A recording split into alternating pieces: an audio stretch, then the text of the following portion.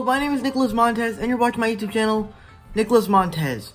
Welcome back to another YouTube channel video, everybody. I'm so excited to have you all back here together again. And in today's video, we'll be discussing my ranking of the Kung Fu Panda films.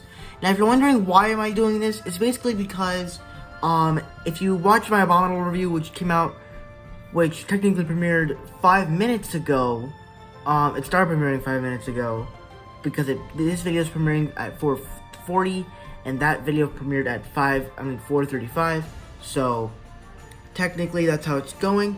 So basically, I posted my Abominable review.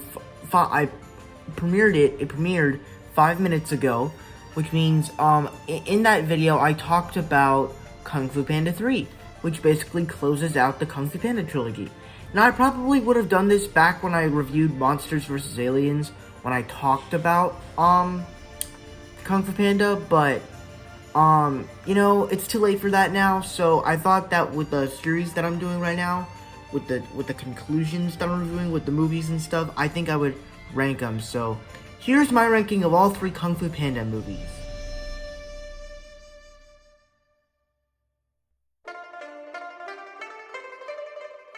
Alright, so for me, Kung Fu Panda 3, while this movie's still in last place, this movie is still really good. To be honest, I find all these movies to be very watchable and very good, so there's not really a terrible film. So Kung Fu Panda 3 isn't it's not like one of the worst animated films of all time.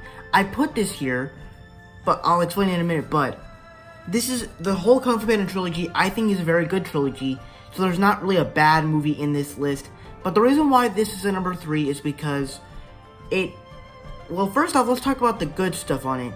Of course, the animation is stunning.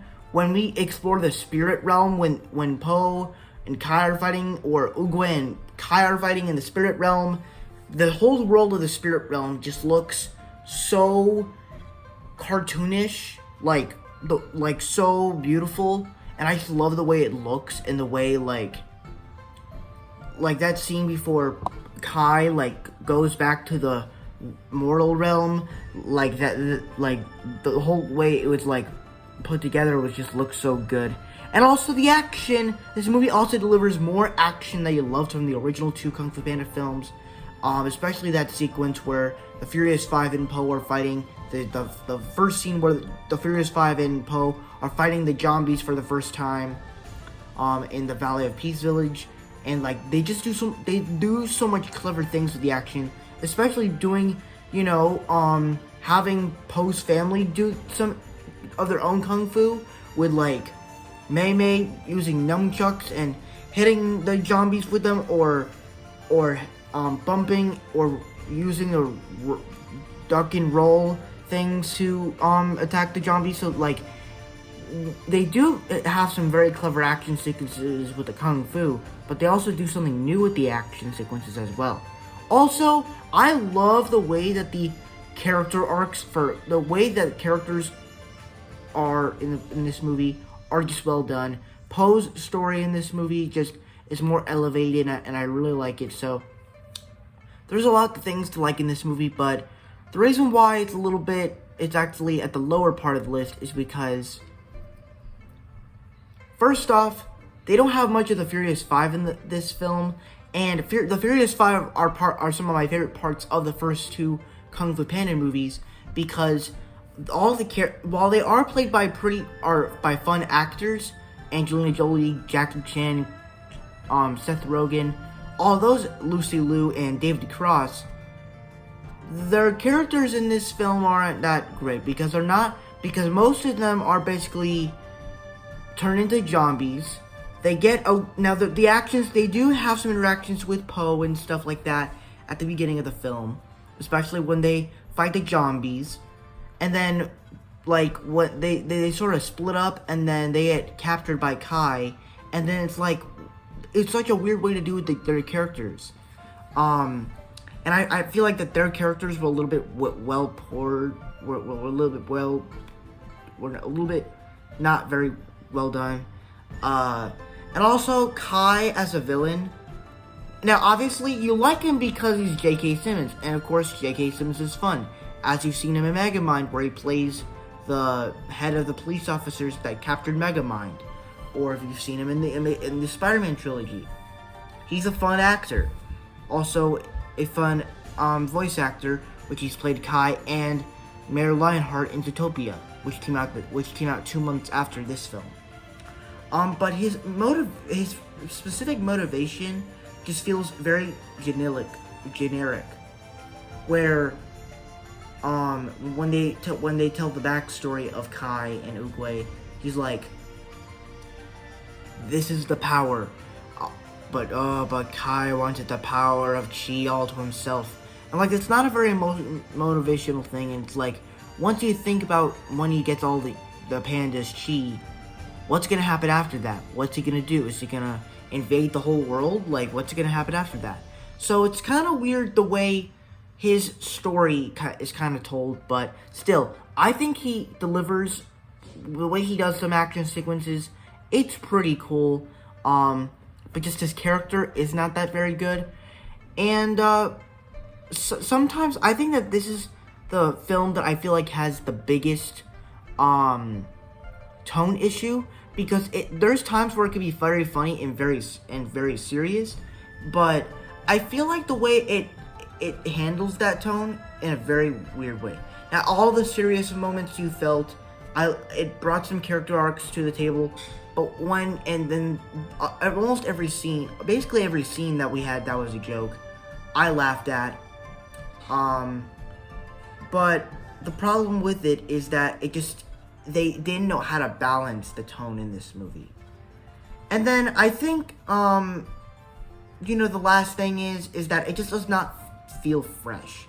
Now, obviously, you can look at the first Kung Fu Panda movies, like, the first one's definitely one of the freshest movies of this list, because it's an idea that's never really been done before. And then Kung Fu Panda 2, it's not fresh, because it's sort of an idea we've seen before. Granted, it has some it has some fresh character ideas, but not a fresh story. But that's the thing, this movie doesn't really feel fresh. Nothing really feels original. It just feels like, granted, it's new, but it's not fresh and original. It's just new. So, overall, Kung Fu Panda 3, it's a watchable film. It's good. It's not bad. It's definitely not perfect. But it's of the Kung Fu Panda films, it's the one I had the most problems with. But overall, this is still a very fun movie, a very rewatchable film, and I really like this movie.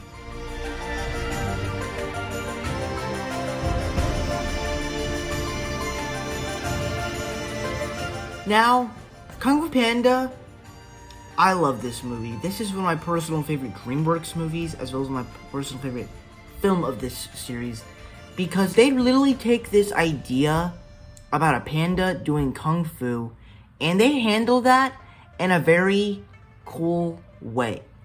To state the obvious, one of the best things about this film is that the characters are great. And so let's talk about the characters. So Po, he's a great character. He just has like a great arc throughout all of these films leading into Kung Fu Panda 3. And where I love his arc in this film specifically, because he comes from he learns to do kung fu. He learns to actually be a member of the team. He's not like a fan of them anymore, and I think that he has a very cool arc. And also, Master Shifu, I thought has a pretty cool arc. Now, if you watch other martial arts films, you can definitely tell that this is sort of something that a lot of people have seen before.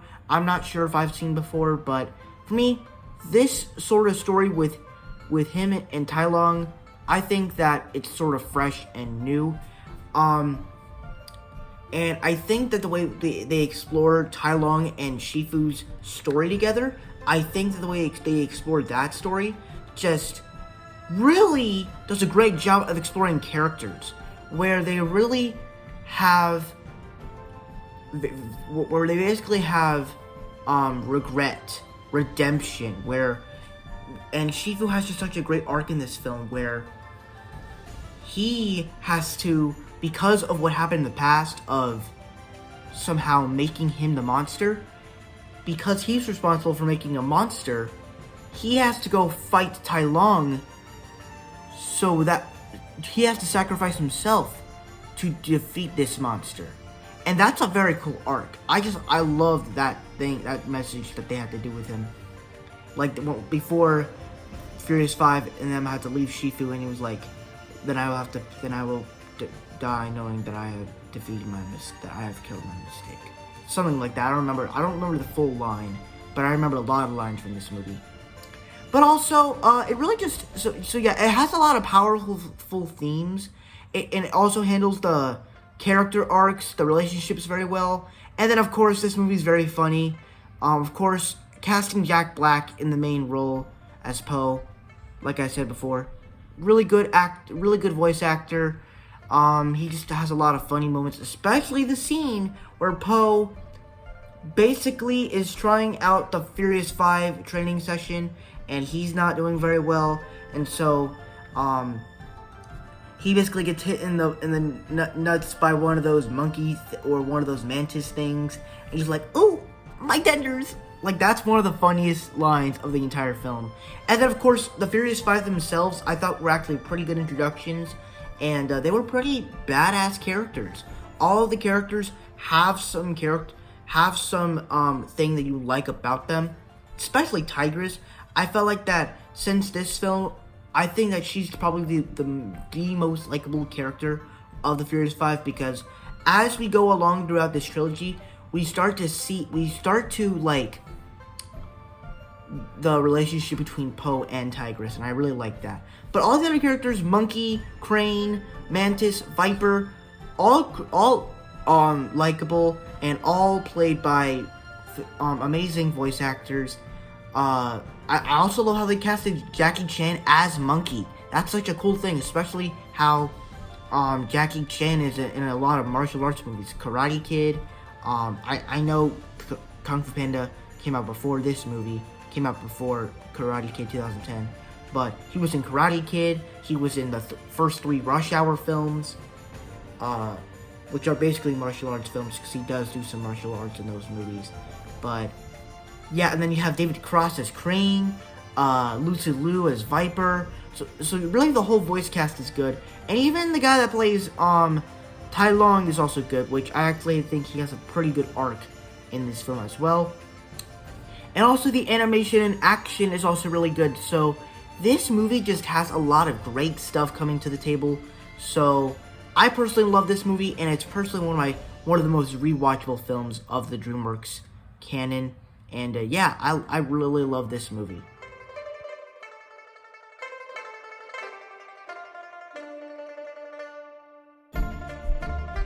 Now, I think I've talked about Kung Fu Panda 2 for a while now. I believe I talked about it. I believe I had it as my number 1 favorite DreamWorks film for the past year since I did my Rise of the Guardians review. But yeah, I really like Kung Fu Panda 2. I just think it's a fantastic film. And I think the reason why I love it more than the original film is because it really kind of does everything you loved about the original film. It makes it better. Whether talking about the story, the characters, the action, the animation, the arcs of the characters, it really just handles everything you loved about the original film better. So let's talk about the story. Obviously, the story is very straightforward, where the Furious 5 have to leave the Valley of Peace to go to Gongman City to stop this threat from happening, from destroying an entire village. But it's a little bit more than that. Once again, I think that this film has the best tone, but, sorry, I just wanted to mention that, but, the way they handle the characters, especially with Poe, I think that they handled Poe very cool in this film, because Lord Shen connects with Poe's, parentage, or something like that. They handle that story in a very cool way, because you kind of feel a little bit emotional for Poe as he starts to remember his past of what happened, of his real parents, and I really like the way they did that stuff. And also, the villain in here is a little bit more convincing. I thought that he had a little bit more depth to him. Lord Shen just was such an interesting villain, where his parents just did not, like, agree with his choices, and I really liked the way they did that stuff. And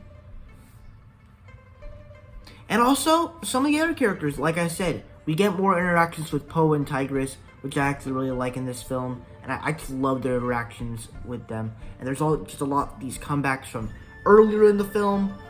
And of course, the action is also really good at the same time in this film. The animation is also fantastic, and I like how they also add some other interesting characters to keep the story moving forward. Obviously, they're not like fantastic characters or anything, but Master Croc and Master Ox, pretty good characters to keep the story moving forward. Granted, Master Shifu is a little bit on the back burner on this one, but that doesn't really bother me because once you get to the end, you're really just looking for awesome action to get on the wolves, and once he shows up at the end, you don't really care about his arc in the film. You just care about him being there and taking on the wolves with them. So I didn't really care about his arc in the film. But I did care about his relationship with Po and the inner peace thing. I really like that as well. So overall, it's funny. It's heartfelt. It's emotional. It has fantastic animation, great music, and I have to say this: the music throughout all three of these films are great. The characters are great. Almost everything about this movie is great. I cannot think of a single thing that I do not like about this film. There's probably some things I can think about that I just can't explain, but overall, Kung Fu Panda 2 is my favorite Kung Fu Panda film of this entire trilogy. So that's why it comes in at number 1. So thank you guys so much for watching. I hope you enjoyed. Don't forget to like, comment, and subscribe. My Instagram name is Marvel6, and my TikTok name is Marvel1Fan. If you guys don't understand those names, head to my about section so you can follow me on all social medias. I'm also on Letterboxd. It's the same as my Instagram, Marvel_6_, and I'll see you guys in the next video. Bye.